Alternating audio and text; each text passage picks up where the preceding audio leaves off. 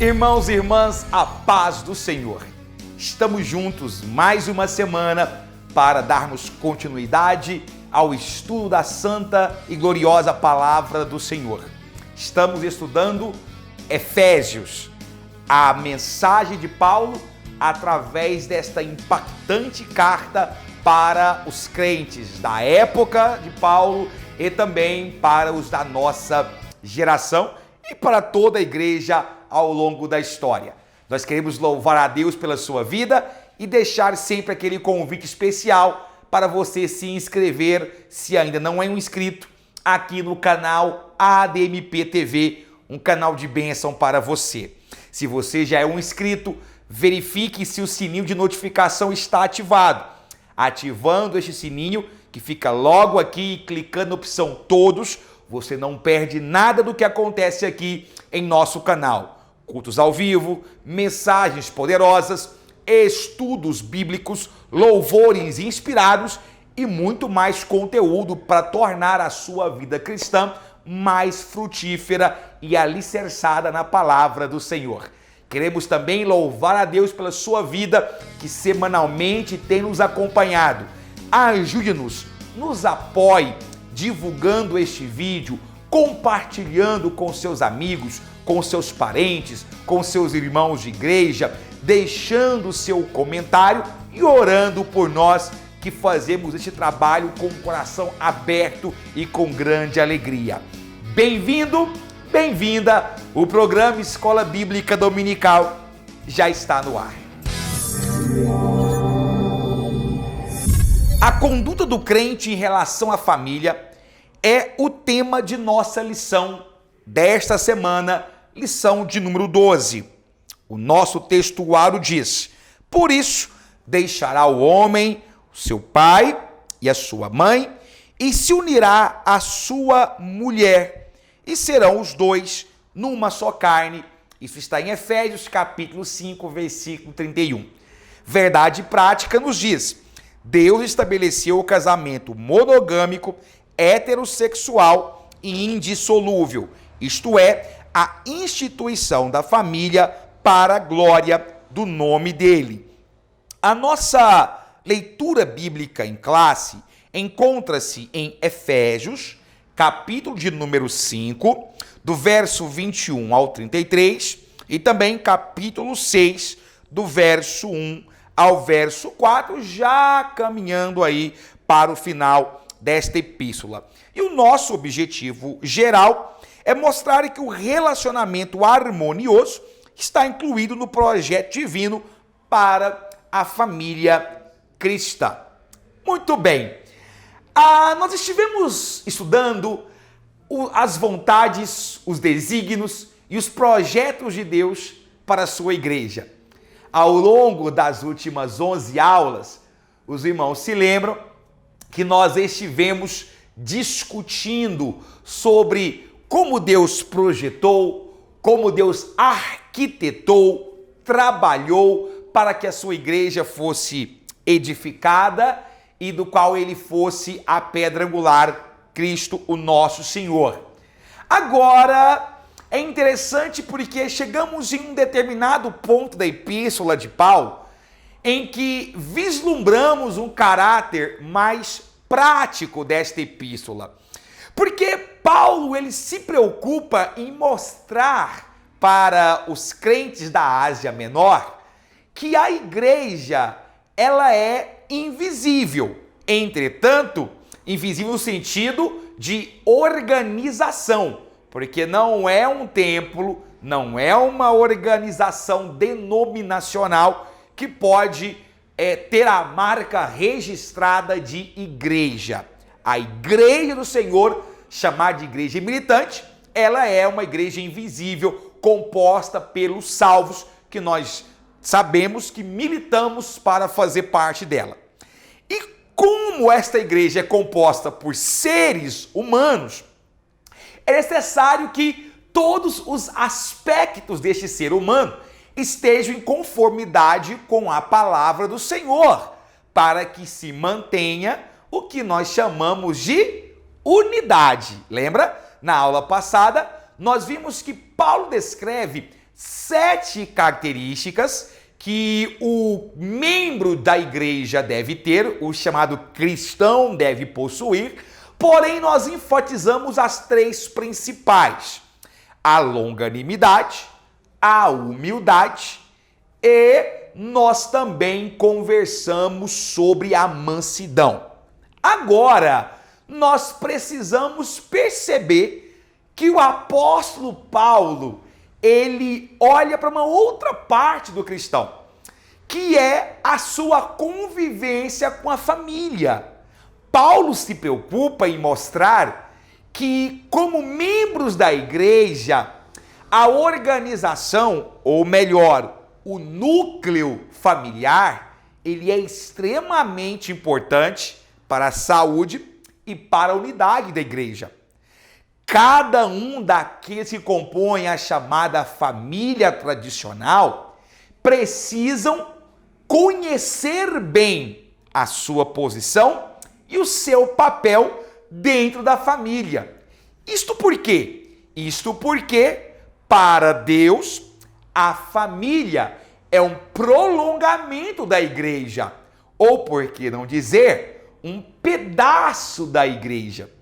E é por isso que nós precisamos dar atenção à família mais do que a obra, mais do que a igreja.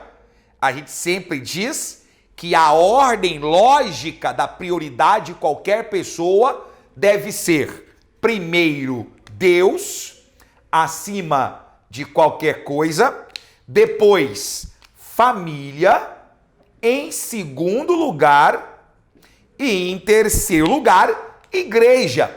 Muitas vezes, quando falamos isso, algumas pessoas se escandalizam. Dizem, mas como assim? A família vem à frente da igreja? Meus irmãos, prova de que isto é verdade, que quando Paulo escreve ao jovem obreiro Timóteo e descreve as qualidades do obreiro, ele coloca lá como um dos principais papéis ser líder, saber liderar a sua casa. Se ele não conseguir conduzir a sua casa, como ele conseguirá conduzir a obra do Senhor? Entenderam? Então, por isso que é importante entendermos que a estrutura de prioridade de qualquer pessoa deve ser essa aqui. Eu tenho certeza que eu e você temos em nossa memória exemplo de grandes homens de Deus que infelizmente tiveram seu ministério terminado, encerrado mais cedo do que deveria, ou nem decolou, porque infelizmente não deram atenção à questão familiar. Existem pessoas que ainda acham que o ministério supre a família. Não, não supre. Não adianta você ganhar muitas almas e perder a sua família. Você está incompleto, tá bom? Então quero começar com esta mensagem de alerta. E é isso que Paulo faz aqui. Mas ele está preocupado também em explicar para todos aqueles que fazem parte da igreja quais são os papéis de cada membro da família. Saber o seu papel, saber a sua posição é algo prioritário em qualquer organização humana, porque isto, de certa forma, cria um gerenciamento em que cada um sabe o que deve fazer, como fazer. É como uma máquina em perfeito funcionamento. Cada um conhece a sua posição, cada um sabe qual é o seu papel e dentro desta lógica a família vai rompendo e vencendo as dificuldades. É por isso que a Bíblia deixa bem claro que o cordão de 3 dobras não se quebra facilmente.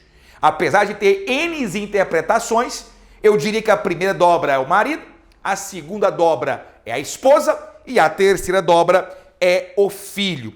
Lógico, alguém diz, mas é Deus. Sim, mas eu estou pensando em termos familiares, tá? E essa é, portanto, a mensagem que fica para nós. Então, dentro de nossa lição, o primeiro tópico nosso, o nosso primeiro tópico, ele vai centrar no papel do marido. Eu vou resumir assim, tá bom, meus irmãos? O nosso primeiro tópico, ele vai focar no papel do marido. Muito bem, vamos lá. Uma das grandes lições da Bíblia Sagrada é que não adianta o mundo bater o pé. O marido tem como primeiro papel o de líder. Nós podemos até brincar entre nós, dizendo, olha, quem manda é a patroa, pode confessar. Quem manda é a mulher. A gente até pode brincar em relação a isso. Mas isso deve permanecer no campo da brincadeira. A Bíblia Sagrada deixa bem claro que existe uma liderança em tudo. E olha que interessante, a liderança é chamada de cabeça. E a estrutura é assim. Deus é o cabeça de Cristo, que claro também é Deus. E Cristo é a cabeça da igreja, no nosso caso aqui. Dentro desta lógica, nós podemos dizer também que Cristo é a cabeça do marido. Também podemos afirmar isso. Então existe uma estrutura aí que deve ser colocada.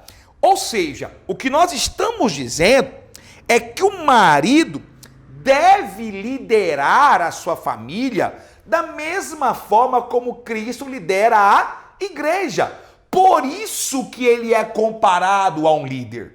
Agora, muitas pessoas pensam que o papel de líder do marido significa que o marido tem que ser um déspota, que tem que ser um tirano, que a palavra dele é única e que deve prevalecer. Quem prega isto não sabe o que é liderança. A verdadeira liderança, ela ensina e age muito mais através do exemplo e ela coloca mais respeito através do seu testemunho do que palavras duras.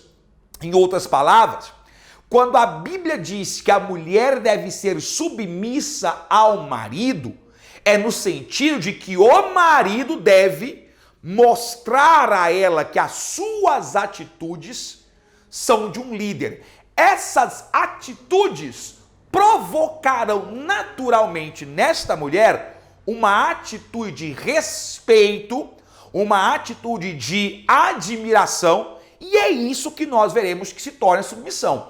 Portanto, devo deixar bem claro para os irmãos que liderança aqui não é despotismo, tá? Não é tirania. Liderança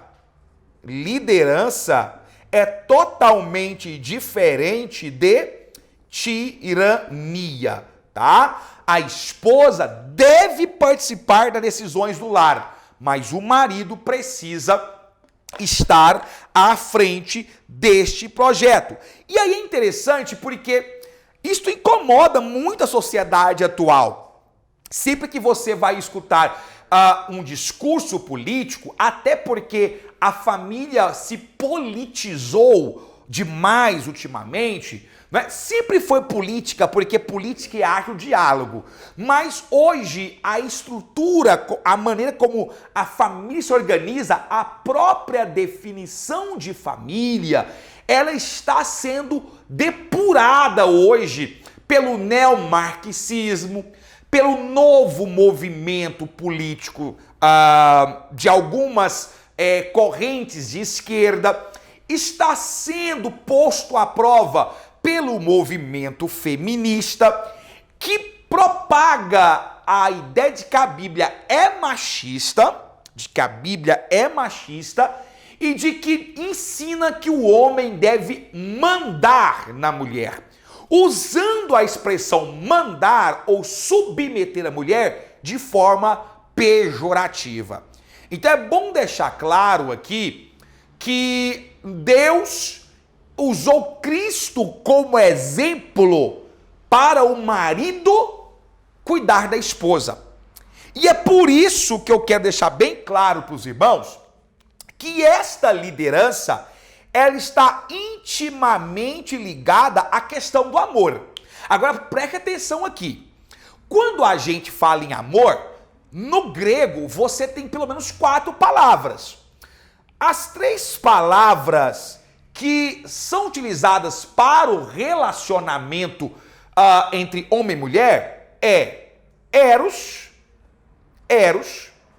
ou a eroá, a nossa revista, inclusive, ela chama de amor eral, eros ou eral, tanto faz. Nós temos o amor estórgio e o amor filos, ou filéus, tanto faz. O amor eros, claramente, nós sabemos disso, ele está associado à paixão sexual. Eros, erótico, erotismo, é aquilo que desperta o instinto sexual das pessoas. Agora, estórgios e filéus, ou filhos, está mais associado ao amor entre família. Observe que, apesar dos 3 amores ser usado aqui, quando Paulo vai se referir ao amor aqui, ele usa ao amor que submete, ao amor do marido com a esposa, ele usa uma expressão muito mais delicada do grego. Ele usa a expressão agapau, que na verdade foi meio que transliterado por ágape para nós. Muitos ensinam que ágape é amor de Deus. E sim, é a palavra que mais se aproxima do amor definido como amor de Deus. Só que, na verdade, agapau ou ágape é um amor despretensioso. Na realidade, o amor ágape é um amor altruísta. É até estranho falar isso, né?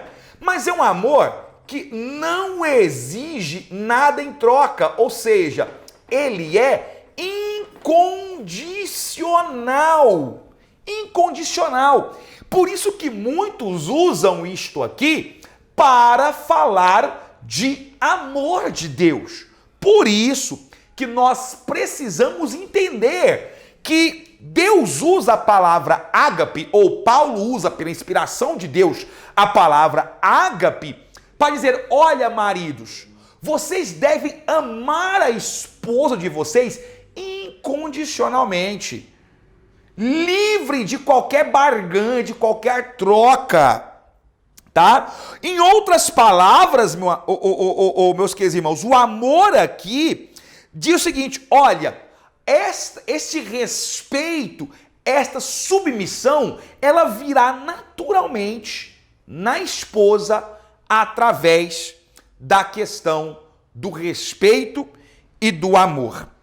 E finalmente, além de comparar o marido ao líder e ao ser amoroso, ele fala: olha, e também o marido é responsável pelo cuidado. Meus irmãos, preste atenção aqui. Biblicamente falando, o casamento, ele é uma tríade. A família, o casamento, ele é alicerçado em 3 características. Nós não vamos entrar em detalhes, porque senão cada característica dessa é uma lição nova, viu, meus irmãos? Mas é bom citar. Primeiro, o casamento bíblico, ele é heterossexual. Aí me perdoe se alguém que está ouvindo esta aula não gostar desta frase, afinal de contas, assim como o movimento marxista, esquerdista e feminista bate na tecla de que não é legal falar que o marido é o líder, também bate na tecla de que o casamento não é heterossexual. Biblicamente é. O homem tem um conceito de casamento. O conceito de casamento do homem é volúvel, é mutável pelos valores do homem. Mas Deus não tem nada a ver com isso. A Bíblia diz: eu, o Senhor, não mudo. E ponto final. Acabou. Portanto, é bom deixar claro para os irmãos que a primeira característica é que esse casamento ele é heterossexual. Segunda característica, ele é um casamento monogâmico. Para com esse negócio de achar que poliamor é algo que Deus aprova. Pode achar que respeitamos todas as formas de amar. Isto é um pensamento relativista, inerente da natureza pecaminosa do homem. Deus deixou bem claro que o casamento ele é monogâmico, é entre uma pessoa. Mateus capítulo 19, se não me engano, verso 4, verso 6, que Deus diz o seguinte, olha, portanto deixará o homem ao seu pai e à sua mãe e se unirá à sua mulher e serão os dois uma só carne, monogâmico. Não existe esse negócio de, eu posso ter duas esposas, eu posso ter dois maridos. Não, meus amigos, biblicamente isso não tem respaldo bíblico. Podem até tentar desvirtuar. Mas Davi, mas Salomão, mas aquele tempo passou e eles foram julgados pelo peso da lei daquela época. Nós vigoramos sobre a lei da graça e ela exige isso de nós. E finalmente, aquilo que talvez no meio evangélico seja o mais complicado.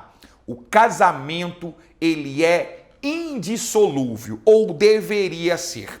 Eu não vou entrar aqui na questão do método de divórcio, porque além de ser uma ferida que dói em muitas pessoas, vai deixar a gente descontente e eu não tenho tempo e nem é objetivo da aula entrar nesse mérito.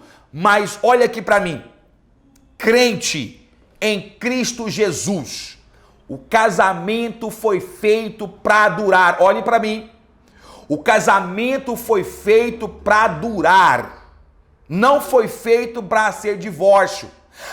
Mas o pastor fulano, o líder ciclano, a estrela gospel beltrano, essa pessoa, ela separou e casou. Ela vai se virar com Deus. Porque, me desculpe a expressão, me perdoa a expressão, está uma pouca vergonha o que acontece muitas vezes no meio evangélico. Tem gente que nem gosta de falar evangélico mais, fala no meio gospel.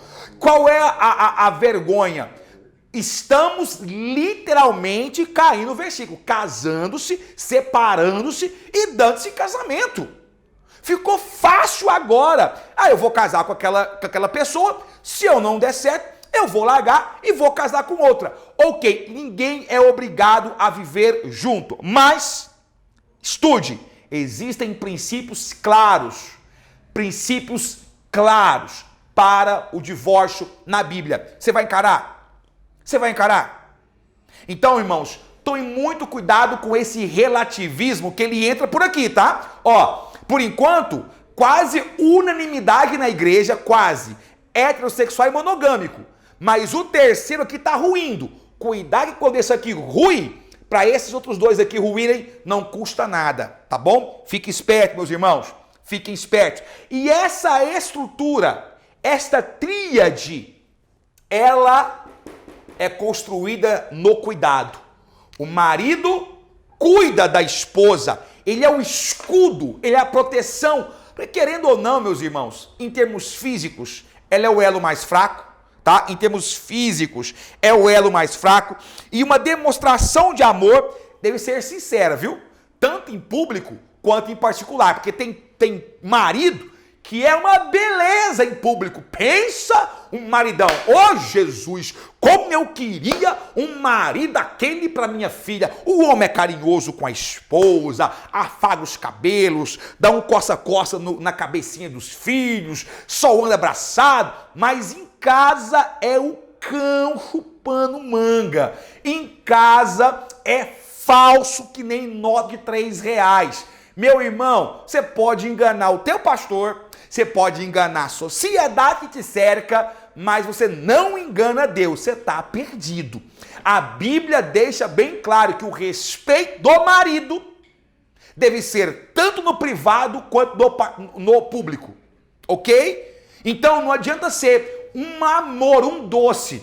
Me lembro aqui de uma história que dizia assim, que uma criança uma vez chegou na mãe e falou assim, mãe, vamos orar na igreja? E a mãe disse, mas por que, menino? Não é porque aqui na igreja o meu pai é tão bonzinho. Já imaginou? Que coisa? Não é? Olha que situação. Então assim, meus irmãos, a Bíblia, ela é exortativa. Maridão, tá achando que é só ser líder? Lógico que não, existe outras coisas por trás disso. O segundo tópico nosso fala sobre o papel da esposa. O papel da esposa. E aqui, ô esposa, eu quero chamar a sua atenção para um verbo. Porque a primeira coisa que a Bíblia fala sobre a conduta da esposa é que ela tenha, eu vou até colocar assim para você, ó, é que ela tenha uma submissão cristã. Que ela tenha uma submissão cristã. A palavra submissão, ela é interessante porque ela vem do grego hipotasso. Olha eu errando aqui a minha letra P, ó. Hipotasso. E isso aqui não é a mesma palavra que submissão para escravo, tá? Não é. A palavra hipotasso, que é citada aqui na Bíblia Sagrada, é uma submissão que tem a ver com a questão de voluntariedade. Eu não sei se a nossa revista fala sobre isso, até procurei aqui, mas deve em algum ponto falar aqui no nosso capítulo, porque hipotasso não tem a ver com obrigatoriedade.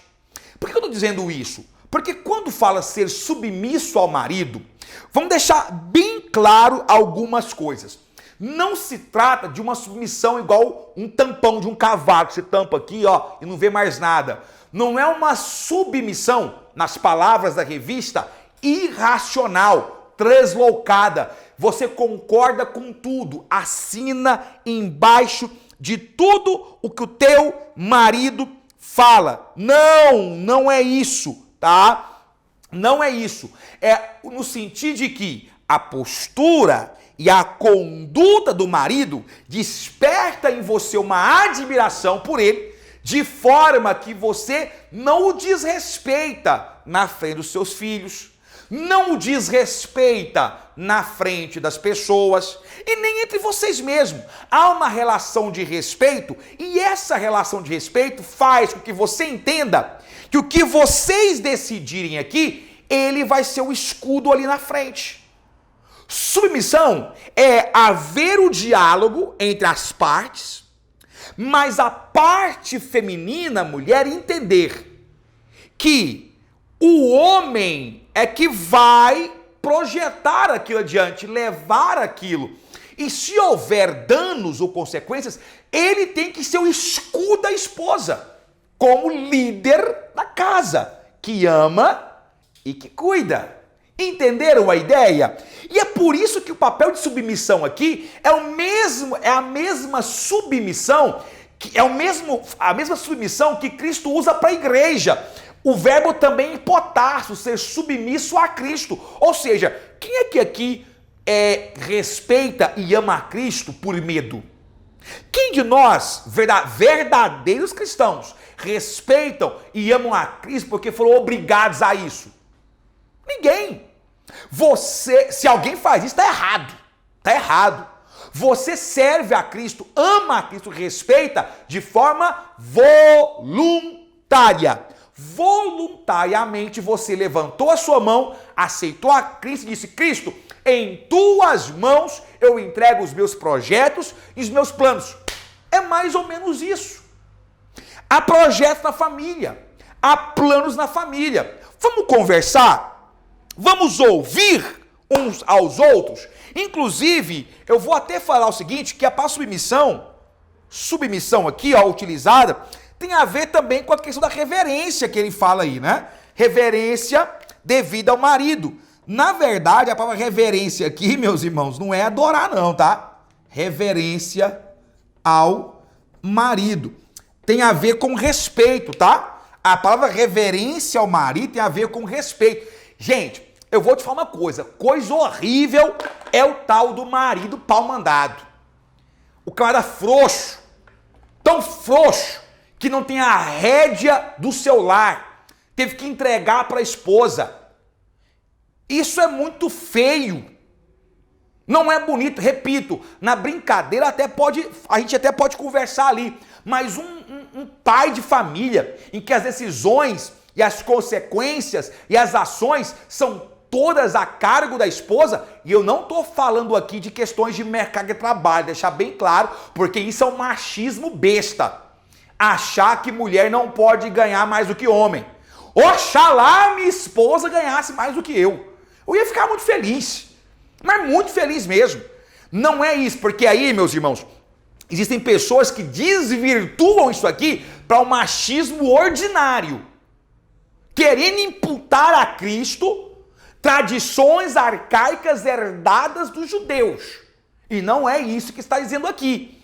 O que eu quero deixar bem claro para os irmãos é que, na realidade, irmãos, a reverência e a submissão que a mulher vai ter, ela vai ser administrada, ela vai nascer pelo respeito e pelo testemunho do seu marido.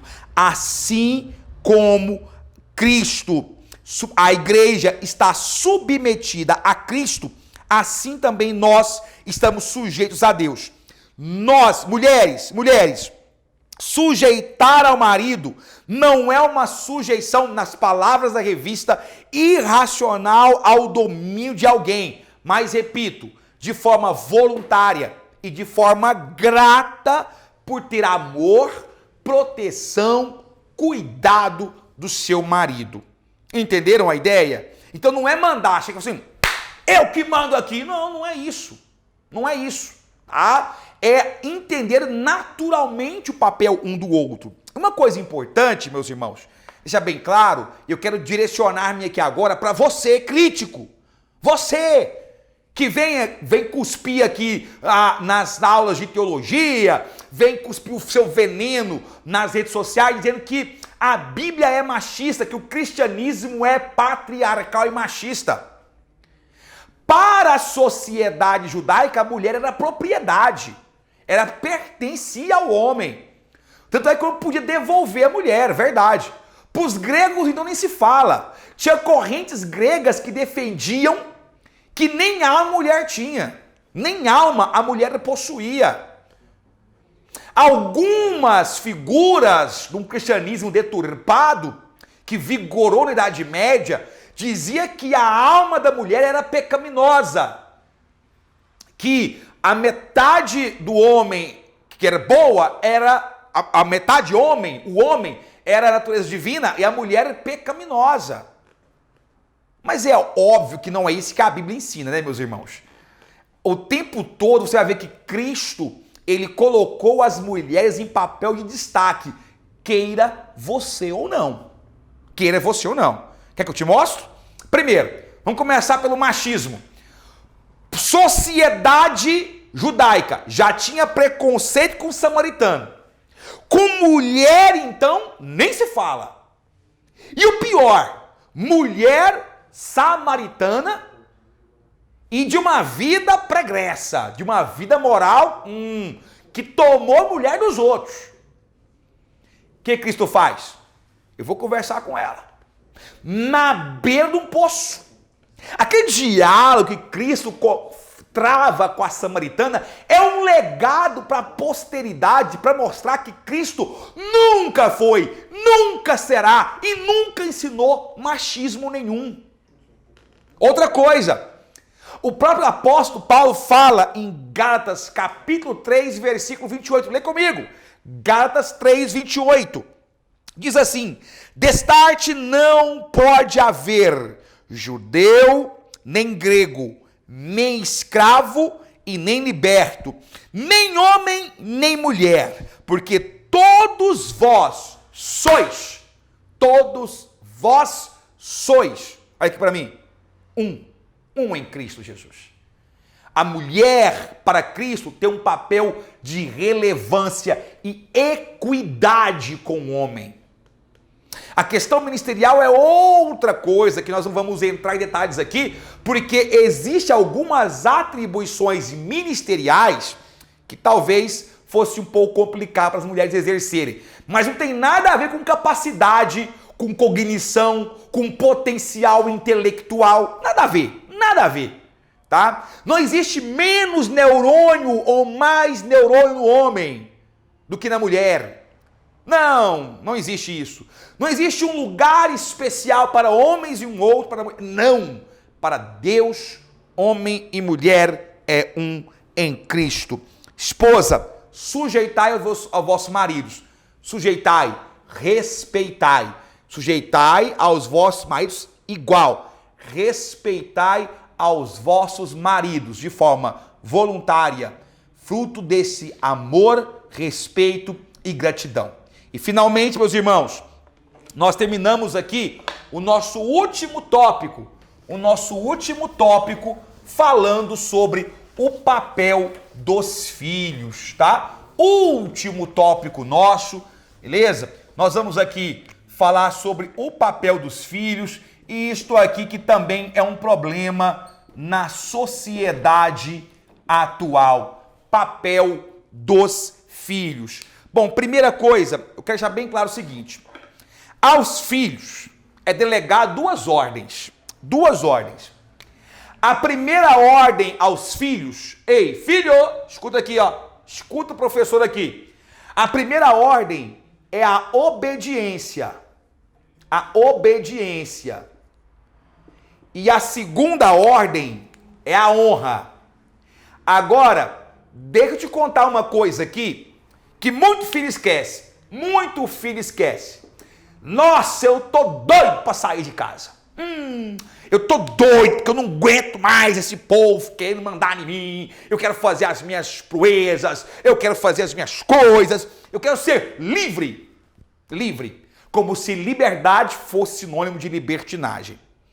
Primeira coisa, filho, filha, obediência. Você vai dever ao seu pai sempre em que você estiver na tutela dele. Sob a tutela do pai. Sobre a tutela dos pais.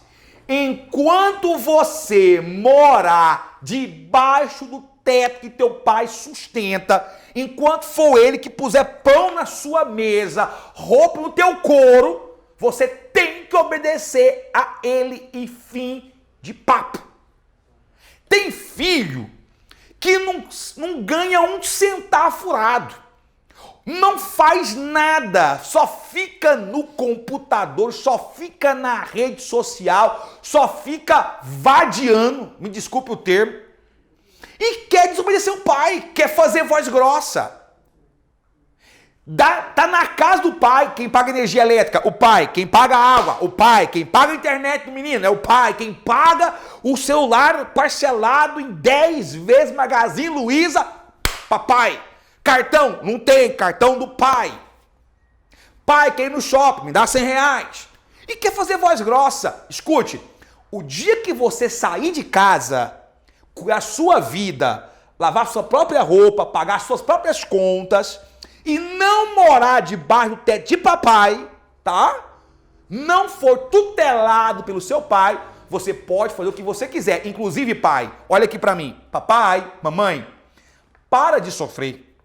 Tá? Ô meu irmão, quantas vezes eu já atendi mães e pais assim, ô meu irmão, o meu filho não me obedece. Onde seu filho mora? Mora lá em Aracaju, e o senhor aqui em BH.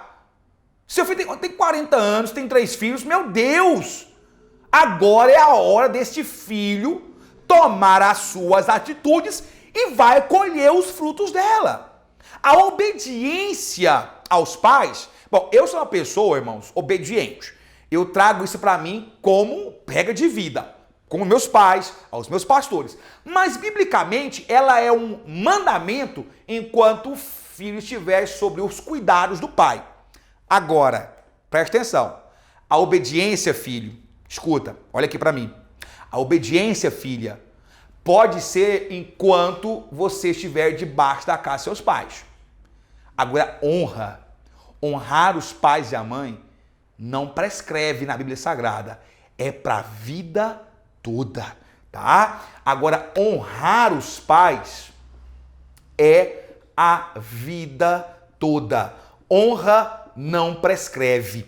Tanto é que Cristo diz assim, ó, não diz assim, obedeça ao teu pai e tua mãe. Não diz isso, ó, honra teu pai e tua mãe. E detalhe, a única ação bíblica, é o único mandamento bíblico que já vem com uma bênção embutida. Já vem com uma bênção embutida. Honra teu pai e tua mãe. Qual que é o pagamento por isso? Honrar o pai e a mãe, o pagamento que você vai ter, vida prolongada